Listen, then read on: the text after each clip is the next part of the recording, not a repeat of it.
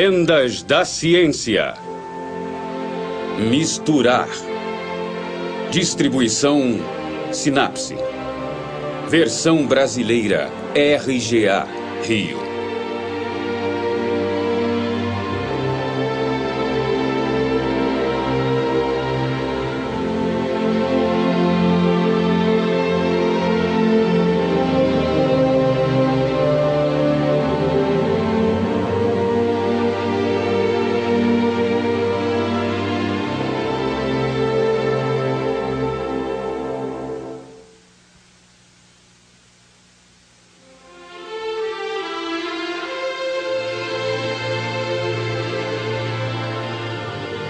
O livro das palavras da Terra.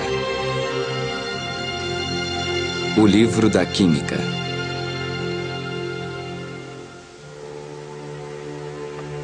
A Terra azul flutua no espaço. Do que é composta a Terra?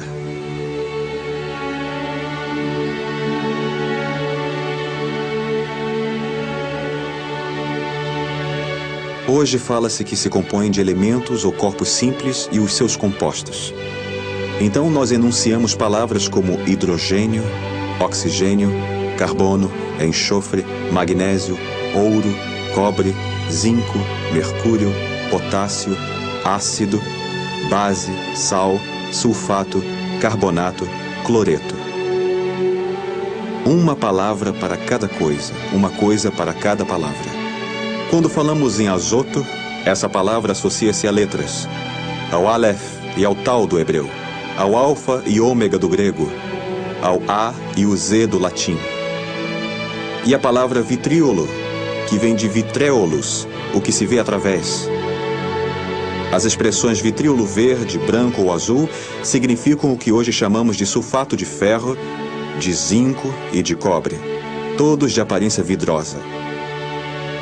Este é o primeiro sentido, mas existe outro, mais secreto, o dos alquimistas. V de visita, I de interiorem, T de terre, R de rectificando, I de invenies, O de occultum, L de lapidem. Visitar o interior da terra e, por retificação, descobrirás a pedra filosofal. Não sabemos mais a que operações este alfabeto se refere. Perdemos a chave desta linguagem. Como ele deve ser lido ou compreendido? Nós esquecemos a sua legenda. Vamos visitar o interior da Terra. Vamos avançar e deixar a astronomia de lado. Já não é mais um planeta. Avançamos ainda mais para observar os mares e os continentes. Agora somos cartógrafos ou geógrafos.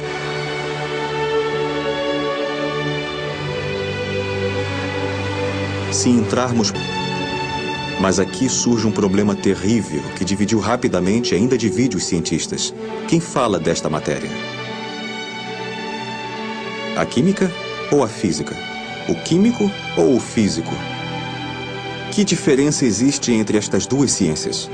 Antigamente dizia-se que a física é algo que se entende, a química é algo que se aprende. Isso queria dizer que a primeira descobre e dita as leis rigorosas relativas ao espaço e ao tempo, à energia e à potência, enquanto que a segunda se contentava em descrever as reações exatas pelas quais diversos corpos se separam, se transformam, se misturam. O exemplo da mistura torna isso mais claro. Se um torrão de açúcar derrete na água, é uma mistura física, pois a água e o açúcar continuam sendo o que são.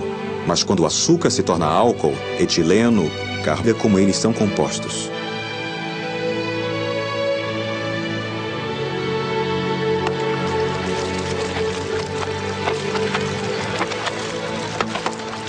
Estamos em Pune, no sul da Índia, em uma oficina de tintura. Tintura significava, em primeiro lugar, a arte de tingir antes de designar a substância capaz de mudar as cores. Em farmácia, a palavra descreve um preparo, no qual são adicionadas substâncias medicamentosas. A tintura de iodo é o exemplo mais conhecido. Antes de transformar a matéria profundamente, mudam as cores na superfície, mudando as aparências. Isso leva rapidamente à questão do falso. Certamente o alquimista nasceu da luta entre o autêntico e a falsificação, entre o verdadeiro e o falso, pois a mesma transformação das coisas pode servir para escondê-las ou encontrá-las. A mesma ciência pode servir aos ladrões e aos policiais. A mesma substância serve como veneno ou remédio. A mesma língua pode mentir ou dizer a verdade. Por isso surgiu a ideia de se criar uma língua secreta, a dos alquimistas. Tão secreta que não sabemos se a entendemos de fato. O que é o elixir ou a pedra filosofal? As flores de Júpiter seriam dióxido de estanho? Gestação equivale à reação? O banho-maria estaria repetindo a receita de Maria, a judia? Através destas perguntas colocadas por esta ciência vã e perdida que é a alquimia, pode-se entrever o início das verdadeiras questões trazidas hoje pela verdadeira ciência, a química. Que potência? Para quem e com que finalidade? A química suscita grandes reticências, pois temos medo de deixar a natureza que nos parece verdadeira. Evitamos o factício e o artifício que nos parecem falsos.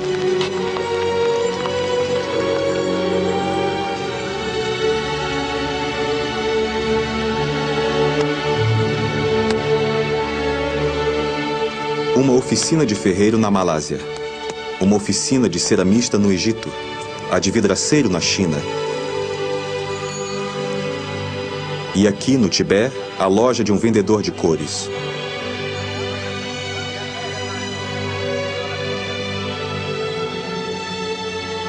O ceramista trabalha frio. O ferreiro e vidraceiro precisam de um forno.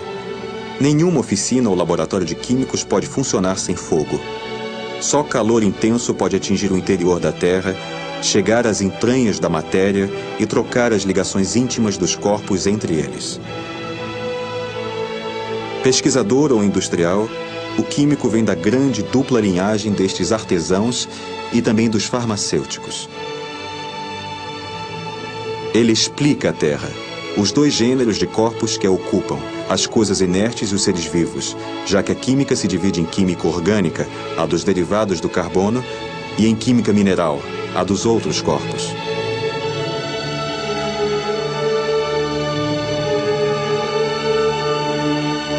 Dos combustíveis à metalurgia, de indústrias de matérias plásticas à indústria agroalimentar, do inerte ao vivo, mineral ou orgânico, a química, que se tornou hoje uma das principais potências econômicas, fabrica o mundo que nos cerca. Óculos, roupas, automóveis, tintas, colas, silicones, vidros, filmes, cosméticos, remédios, açúcares, álcool, hormônios, vitaminas. Ela trata de nós, alimenta nossos filhos. Isso tudo além da bioquímica, de onde nascem novos seres vivos.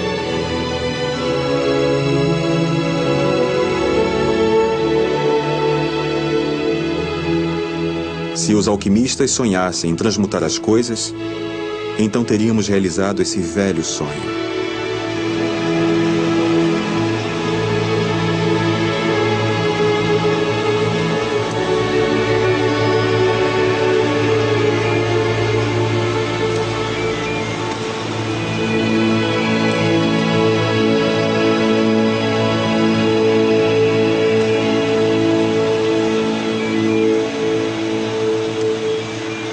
Através de espectógrafos, os telescópios restituem a composição química das estrelas. As cores correspondem a elementos químicos: vermelho, azul, verde, ferro, azoto, oxigênio. Nosso corpo todo é pura química. Somos feitos de tudo o que compõe uma estrela: ferro, azoto, carbono, oxigênio.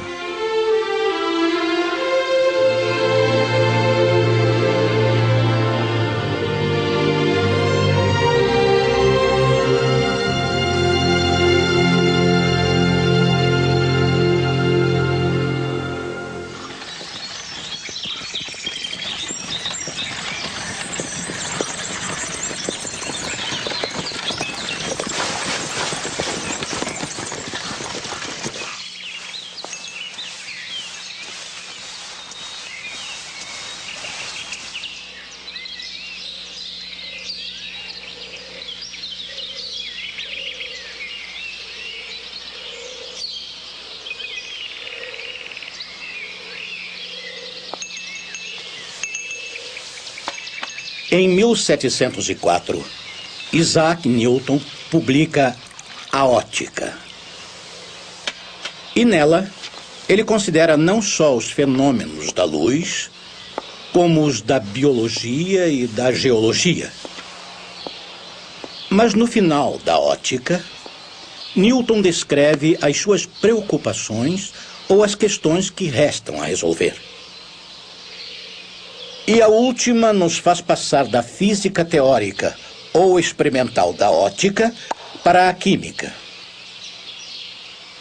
E a pergunta de Newton é a seguinte: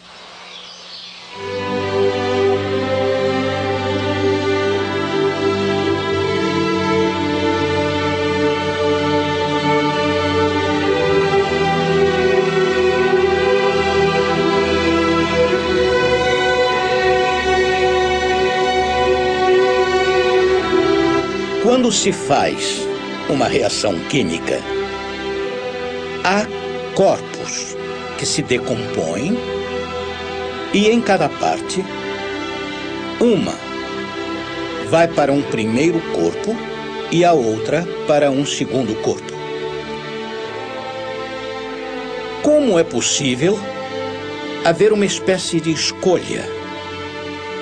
Que um elemento tenda para um lado e outro elemento para outro. Parece que esses corpos têm uma afinidade.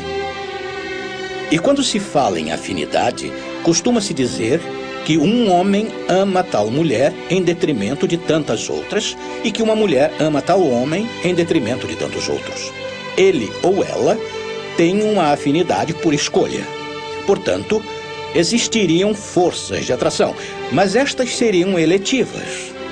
E também existiria uma força repulsiva, o que deixa Newton pouco à vontade, na medida em que parece haver apenas uma força geral. Não existe uma força diferente que atrai a Terra para o Sol, nem outra que atrai Marte para o Sol, ou outra de Vênus para o Sol, ou ainda outra da Lua para a Terra.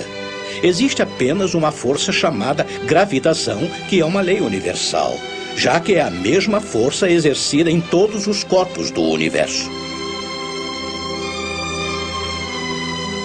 Mas em química, como é possível um corpo se dividir e escolher o cloro em vez do sódio? Então, Newton teria se voltado para a química? Então, houve um Newton secreto. Houve um Newton, figura pública, que teve um sucesso extraordinário, e outro Newton secreto. No final das contas, percebe-se que a quantidade de personagens de Newton voltados para a alquimia é muito maior do que os de Newton voltados para outras ciências. Afinal, ele teria passado muito mais tempo fazendo experiências no forno dos alquimistas do que calculando e deduzindo de sua força a totalidade dos movimentos do universo. E a verdadeira questão então surgiu, e surgiu em dobro.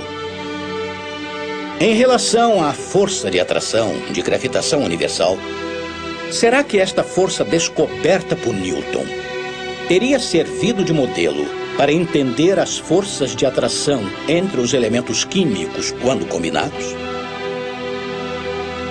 E nesse caso, passa-se de um mundo conhecido para o desconhecido ou o contrário. Newton, alquimista, teria procurado a vida inteira as forças que atraem determinados elementos para outros, ou as forças de repulsão que fazem com que se dividam. E cansado de procurar em vão a medida e a natureza das coisas, Newton teria tentado aplicar para o universo inteiro uma ideia desse tipo e teria caído no caso simples da gravitação universal. Quando o sal de tártaro escorre, escreve Isaac Newton, este efeito seria produzido por uma atração entre as partículas de sal de tártaro e as partículas de água que flutuam no ar em forma de vapor? E como o salitre ou o vitríolo não escorrem, será por falta de atração?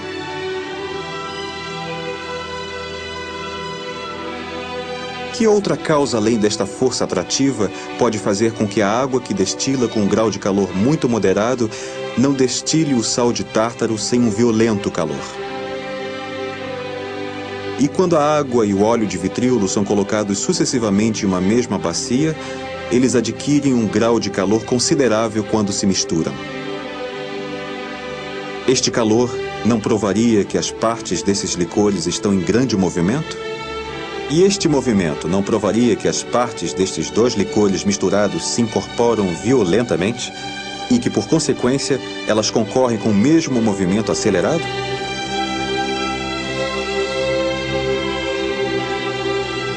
Saturno, chumbo. Júpiter, estanho. A Lua, prata. Sol, ouro. Marte, ferro. Vênus, cobre. A Terra, o conjunto. Aqui estão dispostos, como em tabelas, os nomes dos planetas relativos aos dos metais. As notas musicais relativas às cores da ótica. Violeta, ré. Púrpura, mi. Azul, fá. Verde, sol. Amarelo, lá. Laranja, si. Vermelho, dó. O peso dos corpos, escreve Isaac Newton, não depende em nada de sua forma e de sua textura. Pois se estes pesos variassem com a forma, eles seriam maiores ou menores, em função das diferentes formas, apesar da quantidade de matéria ter sido a mesma.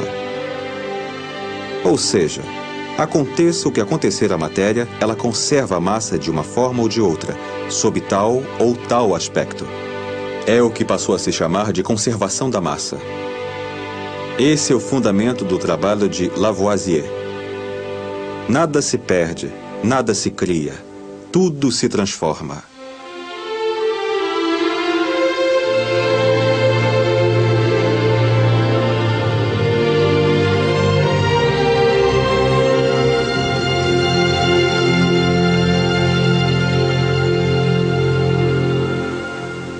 Newton estava no cruzamento entre os alquimistas antigos e os mecanicistas modernos. Newton realizou uma revolução importante em matéria de astronomia e mecânica.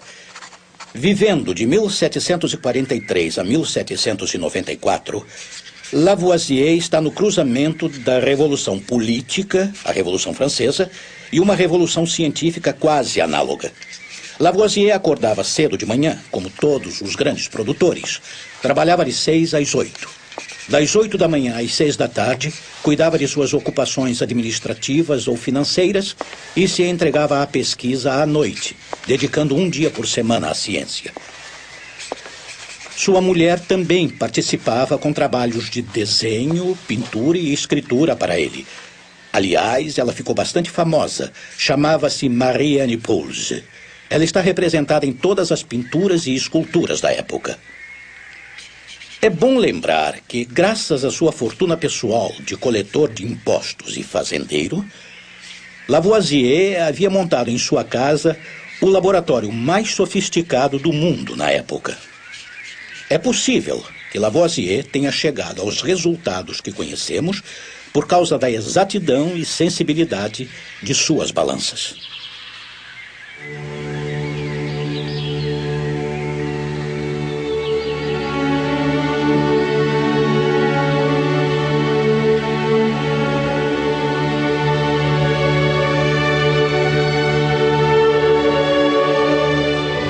Aos 20 anos, Lavoisier participou de uma missão científica com a finalidade de cartografar a França. Não era só para colocar as legendas nas regiões pelas quais passava, o que já era feito em todos os mapas. Ele aproveitou para analisar a água que colheu nas encostas dos Vosges. 5 anos depois, ele foi admitido na Academia de Ciências por obras como A Passagem da Água Gelada, O Trovão ou A Aurora Boreal.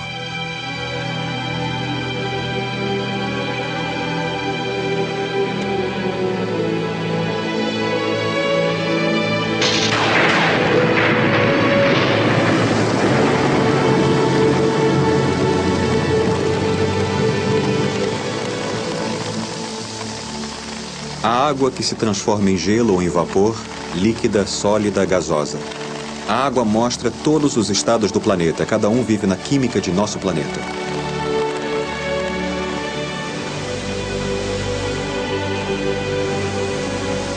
Lavoisier vai demonstrar que a água não é apenas um elemento, e sim dois, que que não é um corpo simples, mas composto. 2 gases, hidrogênio. O ar, o vento sopra nas folhas, inclina as árvores, acelera o lento movimento das nuvens acima de nossas cabeças. O ar é um gás invisível que nos cerca por toda parte. Ele preenche o que nos parece vazio, uma garrafa, um vidro, uma casa. Ele cerca a Terra até uma altura de 150 quilômetros e forma a atmosfera. O ar não se vê, mas ele está sempre presente. Quando corremos, ele bate em nosso rosto quando há vento. O vento é o ar em movimento. O ar, gás sem cor nem odor, ocupa todos os espaços que nos parecem vazios. O ar é oxigênio e azoto.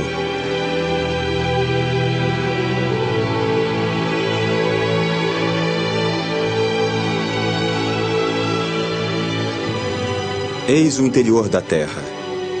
Camadas de sedimentos, giz, argila, granito, que formam a Terra que nós vemos. Aqui a verdadeira e aqui a falsa. Como nos livros infantis em que cada rocha era indicada por pontinhos ou cores, legendas da Terra.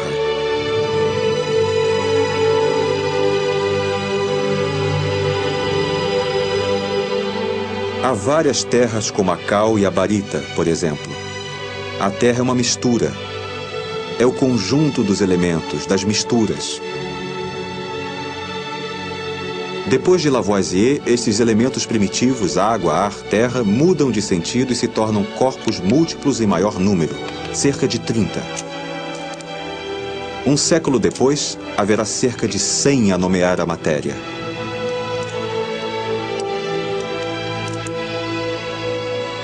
A balança indica o mesmo peso, antes e depois da experiência.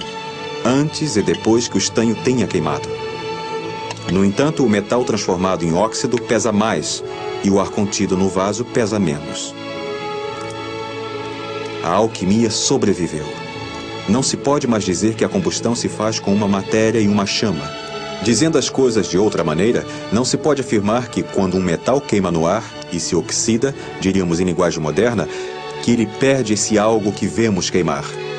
Nada se perde.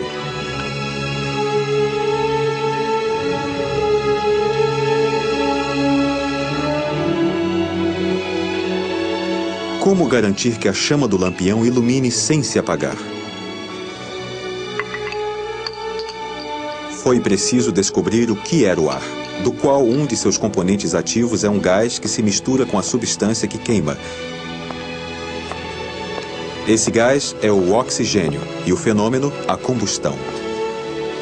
Assim que é afastado o princípio mágico da chama, do fogo que faz isso ou aquilo, as descobertas tornaram-se possíveis.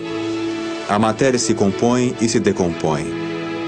Ela é feita de elementos, pode ser transformada. Nada desaparece por magia. Tudo fica ali, de um modo ou de outro. Nada se perde, nada se cria. Tudo se transforma. Lavoisier nunca disse isso. Foram as descobertas que o dizem.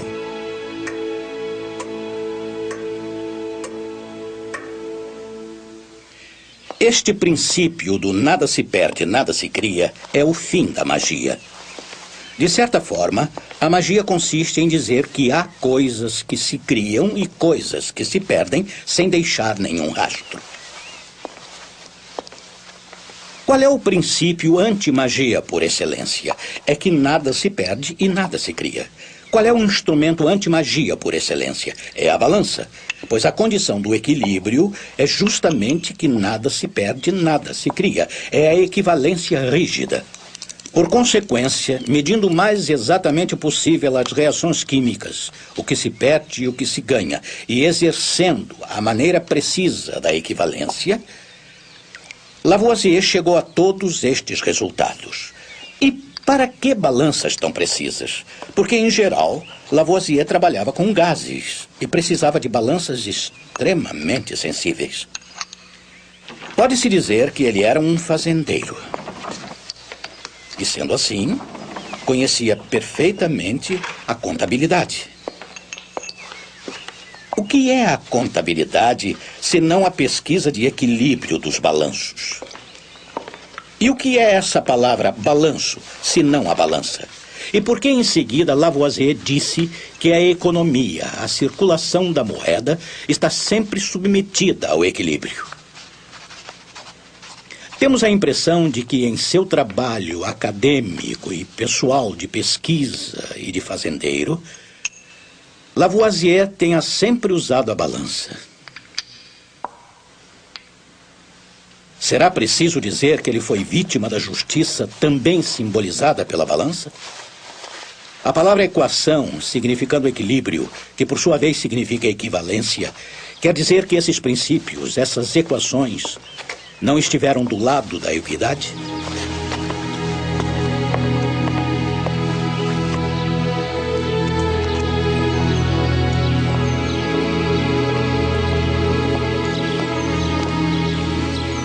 O ar não é ar.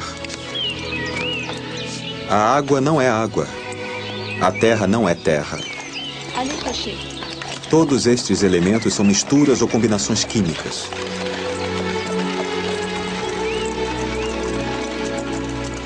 Lavoisier vai escrever a primeira página da química. Vai lhe dar uma linguagem, escrever as palavras da terra. Foi assim que o álcali vegetal cáustico se tornou potássio. O álcali volátil cáustico, o amoníaco. O espírito do sal, o ácido buriático oxigenado. O bário, lápis solaris por causa de sua cor vermelha, Lavoisier o chama de barita. Alumínio, a prata da argila, depois alumina. Arsênico, que era sangue de araque ou ouro-pimenta. Enxofre, que era o vitríolo de ferro. O sal, cloreto de sódio. A cal, hidróxido de cálcio. O giz, carbonato de cal. A ferrugem, carbonato de ferro. O oxigênio, base da era vital. A alma do mundo.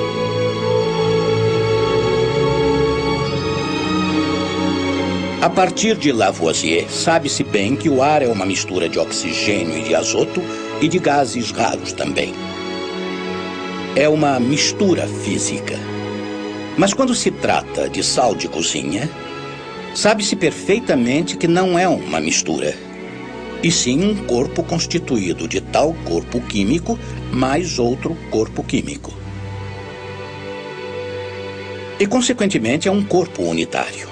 Se examinarmos a molécula, encontraremos marcas de seus constituintes. Há uma arquitetura geométrica espacial do corpo, onde se pode ler elementos diferentes, mas que não estão misturados. A natureza é feita de elementos. Lavoisier quer dar nomes a eles, criar um novo vocabulário que será mais tarde usado pela química no mundo inteiro.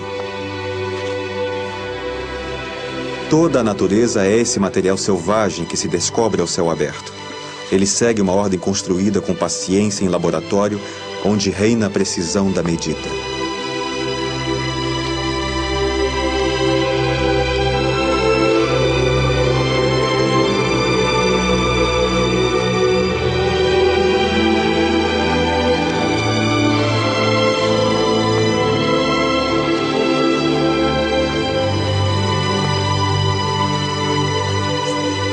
O gênio de Lavoisier é ao mesmo tempo experimental e linguístico.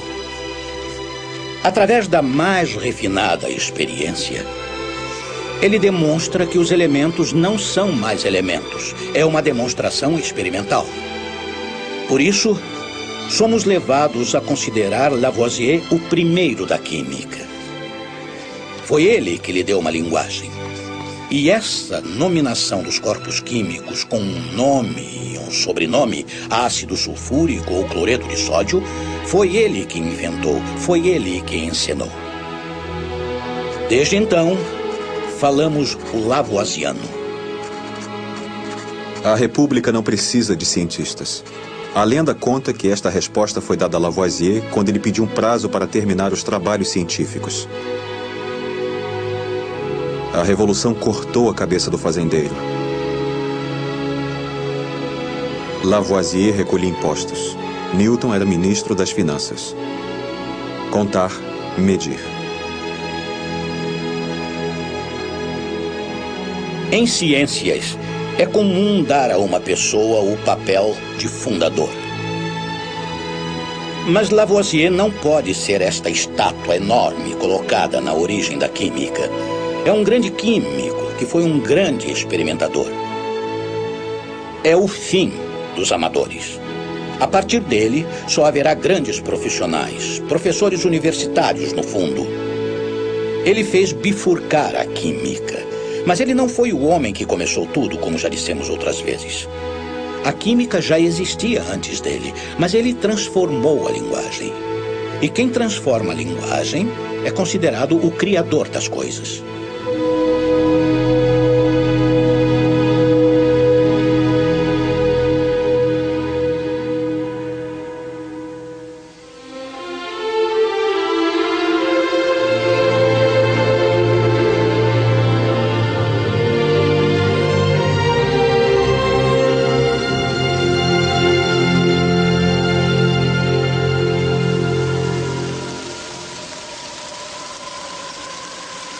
Newton indica uma bifurcação.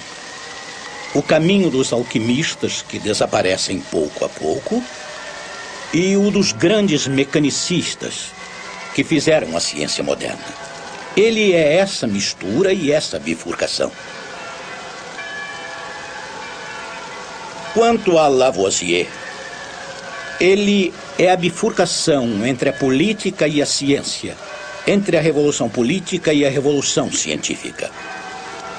Mas ele também é uma bifurcação entre amadores e profissionais. É ele que inventa o grande laboratório moderno e os instrumentos de precisão com a linguagem que usamos hoje. A partir de Newton, a química conquistou o seu território.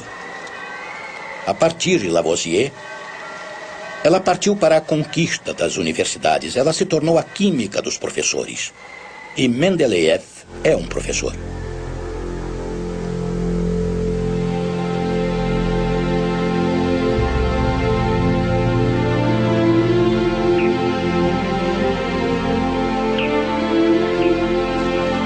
São Petersburgo, 1869.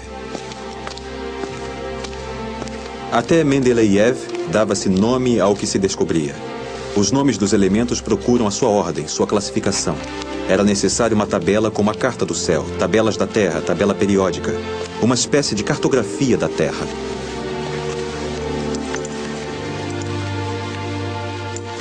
Mendeleev é mais uma bifurcação.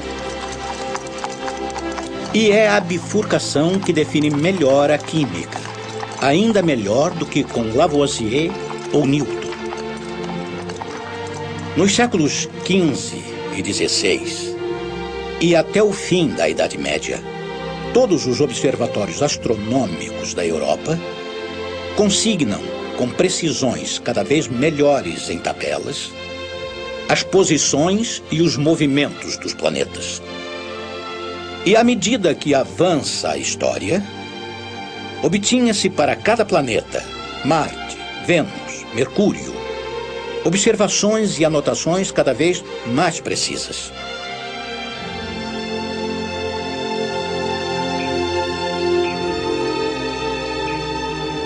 Aí estão algumas tabelas, tabelas em ordem. E elas têm nome, tabelas alfonsinas, tabelas toledanas.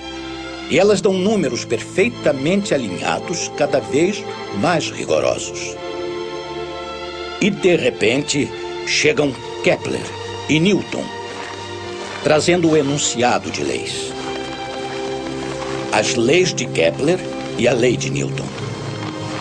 À medida que se passa das leis de Kepler para a lei de Newton, percebe-se que apenas uma lei, a de Newton, comporta a totalidade destas tabelas. A partir daí, não é mais preciso observar a posição exata dos planetas. Hoje, basta deduzir da lei de Newton. E essa lei se torna um modelo das ciências. Por quê? Porque uma tabela conduz a uma lei. É a tabela da lei e a lei da tabela. Da tabela observada, começa a lei. A química esperava por isso, como todas as ciências esperavam este modelo.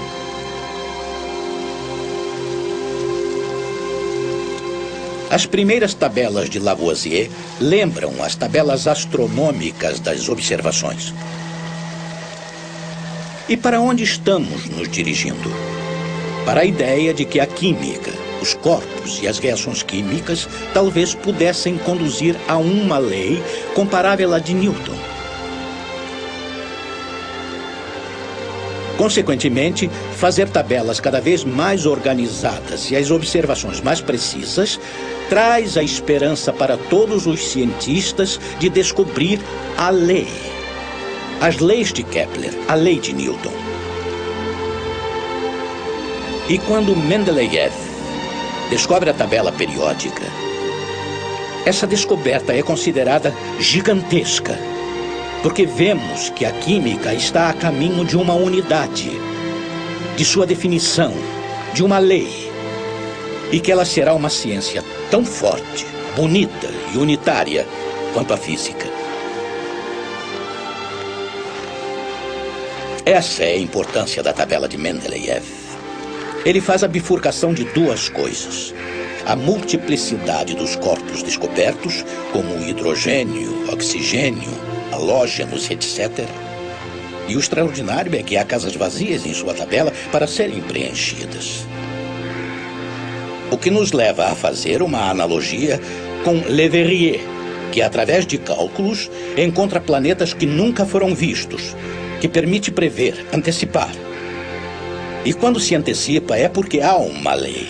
E essa é a esperança de descobrir a lei.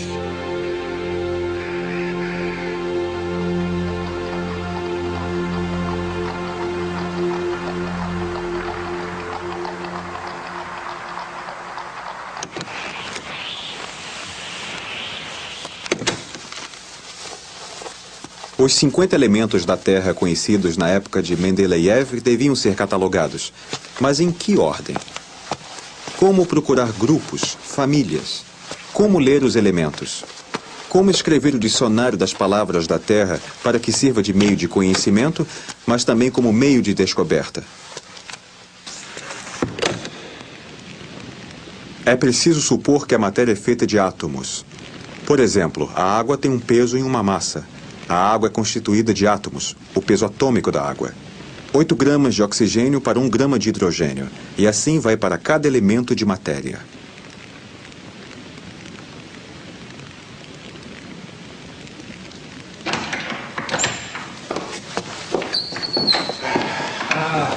Здравствуйте, дядя Иван. Здравствуй, дорогой.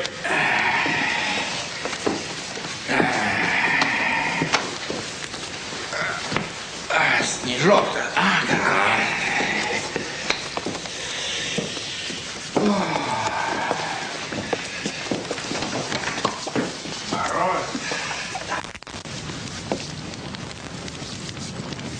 Mendeleev teve a ideia de classificar os elementos por peso. E quando um elemento se parece com outro, tem o mesmo comportamento, Mendeleev muda de linha e inscreve embaixo. Às vezes, para respeitar a analogia entre dois elementos ou para manter a regularidade no aumento dos pesos, ele trapaceia, pula casas. Por exemplo, massa 45, 68, massa 70. Ele supõe que elas correspondem a elementos a serem descobertos. Ele prevê as propriedades destes elementos desconhecidos por comparação com elementos vizinhos. Mendeleev supunha que seriam descobertos.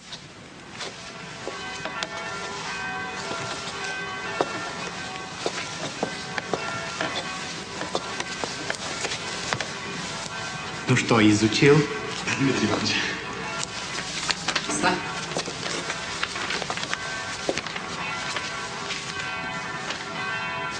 Садись. Классифицировать – это значит формулировать аналогии. Это как в словаре. Слова в словаре могут ссылаться друг на друга. Тебе надо понять, что материя состоит из атомов.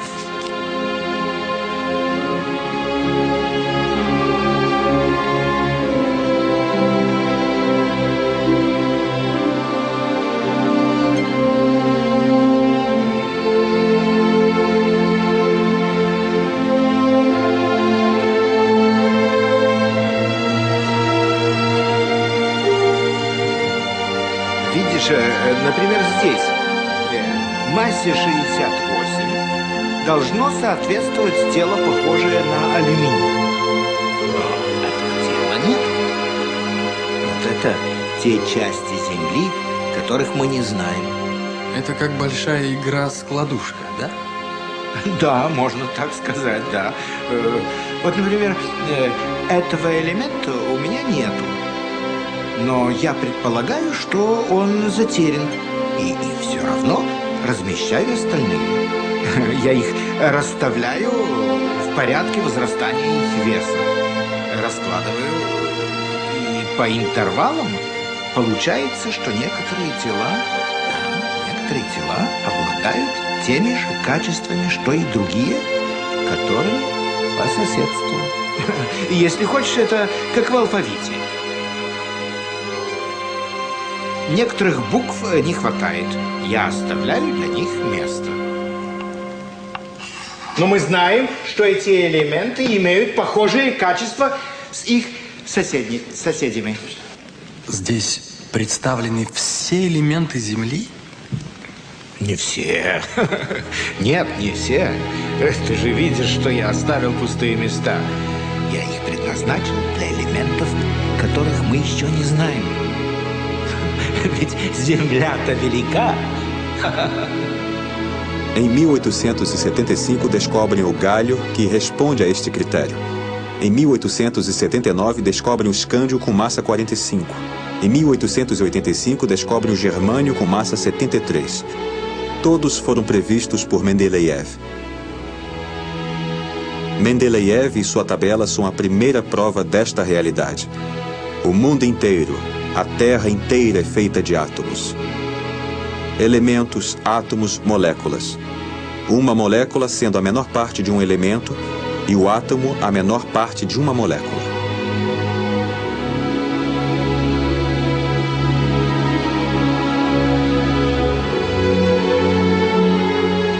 Pode-se perfeitamente colocar fórmulas em linhas.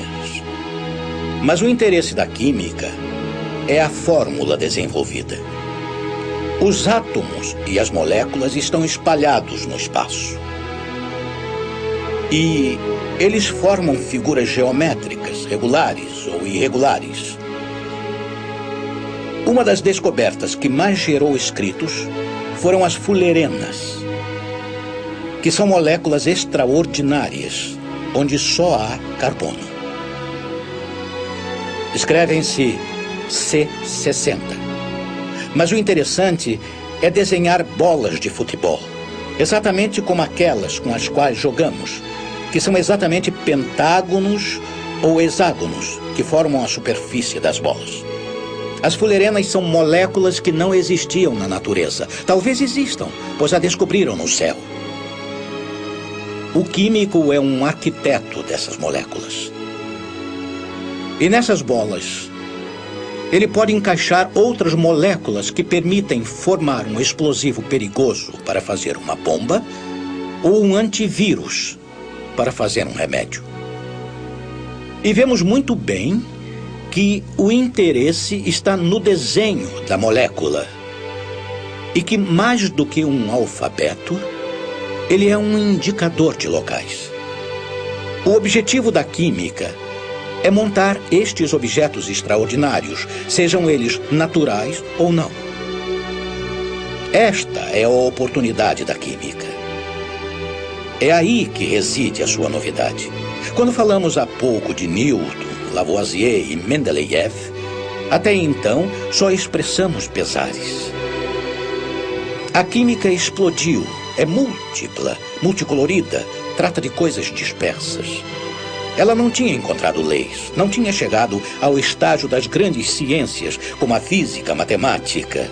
A física teórica consegue deduzir esses fenômenos a partir de leis.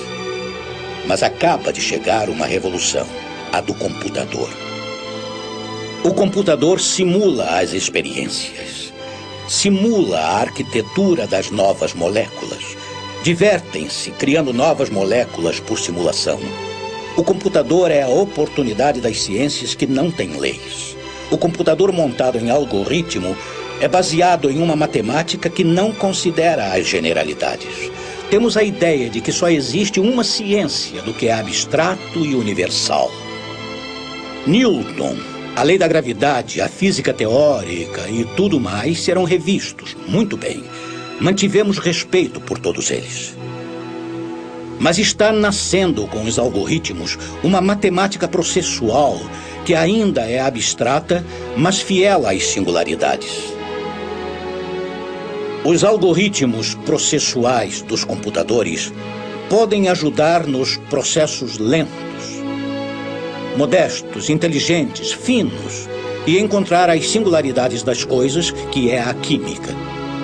Ainda bem, pois com a chegada dos computadores, o singular pode estar na ponta em relação ao geral. O interesse da simulação por computador é de nos fazer ver.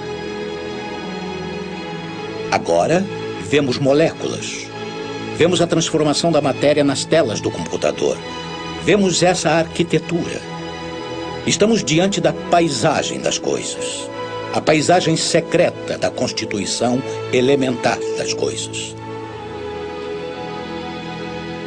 E, de certa forma, pode-se prever um futuro paradoxal para esta ciência que, em seu passado, lamenta não ter se tornado geral. Do alto da Torre Eiffel, Paris parece um mapa, um plano. Cada conjunto de edifícios é como uma peça de quebra-cabeça. Há alguns terrenos baldios e casas vazias que um dia serão preenchidos. Lugares de escritórios ou residências em função da proximidade de bairros chiques ou centros empresariais perto de Montmartre ou da Gare de Lyon. Paris, o quadro de Mendeleev. Nossas roupas são feitas de moléculas muito grandes, com massas moleculares de pelo menos 1000 gramas. Acetato, acrílico, nylon. Alguns passantes usam óculos, outros bolsas, outros guarda-chuvas, matérias plásticas. Como esse ônibus no asfalto, alcatrão, esta matéria química oriunda do petróleo. A maioria dos carros é feita de matéria plástica ou componentes inventados pela química. Embaixo do ônibus e da rua, tubos, cabos, fibras que correm por baixo da terra. A química está presente em tudo. A química lia o mundo real e tentava falar a sua língua com a maior exatidão possível. Hoje é acusada de produzir um mundo factício, perigoso e artificial, afastando-se do natural, desenhando novas moléculas, compondo novos materiais, sintetizando novos medicamentos, forjando novas próteses para o corpo, dominando o processo da procriação, manipulando novos seres vivos. Hoje a química tenta, como muitas outras ciências, falar dos mundos possíveis, portanto, criá-los. Certamente ela se diferencia da física pela abertura de suas possibilidades. A química nos assusta, talvez porque ela cerca nosso mundo real de um mundo possível, virtual. No entanto, esse possível, esse virtual, é o nosso novo mundo.